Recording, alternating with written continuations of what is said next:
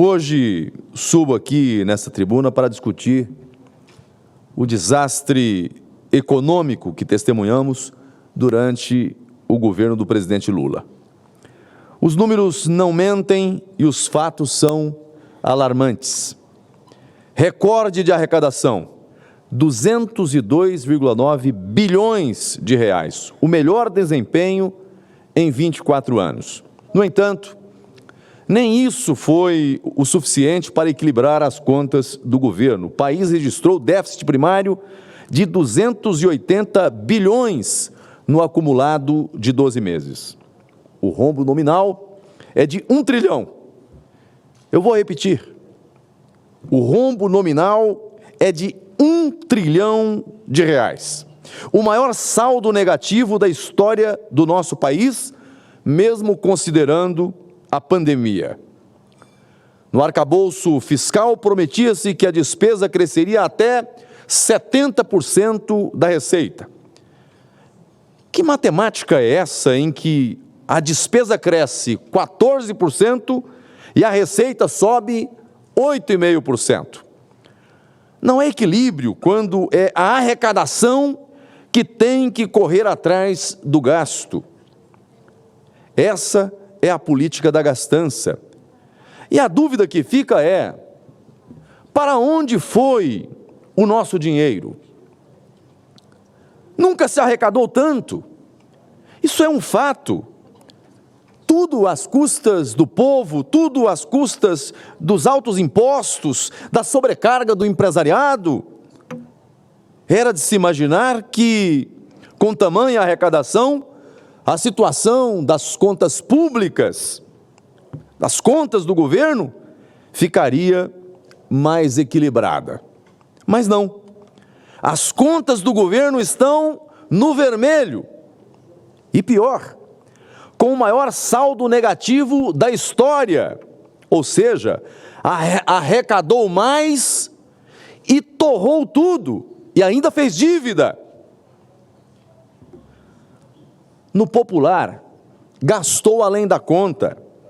E detalhe, não se vê um programa estruturante de investimentos. O PAC é uma enganação, sempre prometendo bilhões sem ter dinheiro em caixa e, no fim, não há política real de investimentos. Onde estão as grandes obras, as obras estruturantes? Diante desse cenário, era de se imaginar, senhor presidente, que o governo Lula estaria trabalhando para, no mínimo, diminuir os efeitos desse desastre econômico. Mas o que temos visto são ataques direcionados ao Banco Central. E cada vez que Lula abre a boca, gera mais instabilidade, gera mais insegurança, turbulências. Nos últimos dias, disparada do dólar, que chegou a 5,65, maior valor nominal desde janeiro de 2022. E isso ocorre em um momento de preocupação com a política fiscal e em decorrência das falas equivocadas do governo Lula, em especial os ataques sistemáticos, corriqueiros, que Lula faz ao Banco Central, especificamente na figura do seu presidente. Em vez de reconhecer os erros de sua administração, Lula busca o tempo todo culpar terceiros. Ora, a culpa é do Banco Central, a culpa é do agro, do empresariado, do mercado. Todos são culpados pelo desastre econômico, menos a gestão petista, menos a gestão lulopetista, menos o seu governo. Quando vejo os analistas criticando Lula, porque disse algo que Lula não deveria ter dito isso, Lula falou e houve turbulência no mercado, e aí outra hora projeta-se gráficos para justificar o injustificável. Não, olha, quando Lula começa a falar, o dólar já estava numa escalada de crescimento, mas mesmo assim Lula não deveria ter dito isso. Eu queria discordar. Na verdade, eu vejo hoje um Lula que não consegue enganar tanto como enganava antes. Falava uma coisa e fazia outra. O que ele fala agora é exatamente aquilo que ele pensa. Lula não está errando na retórica. Lula está expressando, verbalizando, colocando para fora aquilo que ele sempre pensou. E por isso, o desastre está levando o Brasil para o buraco de novo. Não é a idade, não é o novo momento, não. Lula está dizendo, porque a vida toda, esse foi o pensamento do PT, esse é o pensamento da esquerda. Mais recentemente vimos uma manobra do governo, vou repetir, recentemente nós vimos uma manobra do governo para liberar espaço no orçamento de 2024. O que fez o governo? O governo alterou dados da Previdência Social para abrir espaço de 12,5 bilhões de reais. Ah, é a pedalada do bem. Está tudo certo. É a pedalada do bem. Tem uma causa nobre. 12,5 bilhões das despesas dos benefícios deste ano. Na Petrobras, a situação foi pior. Na Petrobras já houve o confisco de dividendos de acionistas para socorrer o caixa do governo. Aporte de 20 bilhões de reais. Este valor se refere a acordos para extinguir dívidas contraídas durante os governos Lula e Dilma. Isso tudo para fugir do contingenciamento de receitas, de despesas. Vou repetir, todas essas manobras, todas essas pedaladas, todos esses movimentos calculados para fugir do contingenciamento de despesas.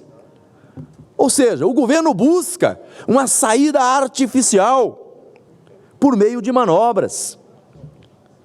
E é bom lembrar, senhor presidente, que esse mecanismo, o mecanismo do contingenciamento, foi uma vitória do Congresso. O governo era contra. O governo não queria, nunca quis, a obrigatoriedade do contingenciamento de gastos no arcabouço fiscal. Foi o Congresso que impôs. E agora o governo pedala para contornar, para driblar também o contingenciamento, que foi uma das salvaguardas do arcabouço fiscal. E o que temos agora? Agora temos déficit de 30 bilhões, contando apenas os 5 primeiros meses do ano. Eu podia falar do déficit só de maio agora, mas eu vou falar do alongado, porque só o de maio chegou à casa de 61 bilhões. Quando comparado nos 5 primeiros meses, você tem o acúmulo de 30 bilhões, com ali o equilíbrio, mas um déficit de 30 bi. A instituição fiscal independente do Senado prevê um déficit de 70 bilhões, com contingenciamento de pelo menos 37 bilhões. Ainda assim, o governo promete cada vez mais gastos com a multiplicação de PACs.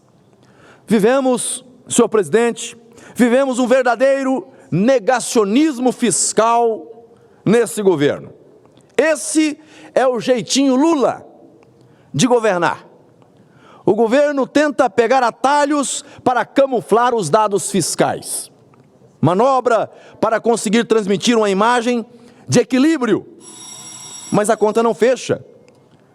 Os reflexos negativos já são sentidos no curto prazo. Ontem, e eu caminho aqui para a conclusão, senhor presidente, ontem completamos 30 anos do Plano Real. Um marco histórico. Vencemos a inflação, estabilizamos a moeda. Mas, se queremos avançar, é preciso ir além. E os pais do real já falam que a agenda fiscal é a última peça necessária para consolidar de vez a estabilidade do país. É preciso, portanto, rever gastos, diminuir o peso da máquina pública, diminuir o custo Brasil. Não há outro caminho. Para concluir, estamos diante de uma gestão que gasta demais e gasta mal. Imagine uma família que ganha R$ 1.000 ao mês, mas tem um gasto mensal de 5 mil. Para conseguir pagar suas despesas, recorre a empréstimos. Uma hora a conta chega. É isso que estamos vivendo no Brasil. Precisamos de uma gestão responsável, que priorize a estabilidade econômica e o bem-estar da nossa população. Não seguir a cartilha que Lula lançou essa semana mais uma vez.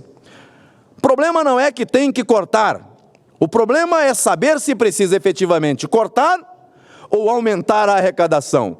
Precisamos fazer essa discussão. Esse é o presidente que nós temos no Brasil. O negócio é gastar. Não importa se tem orçamento. Se não tem orçamento, arranque do lombo do trabalhador, do empresariado, daquele que produz e gera emprego neste país.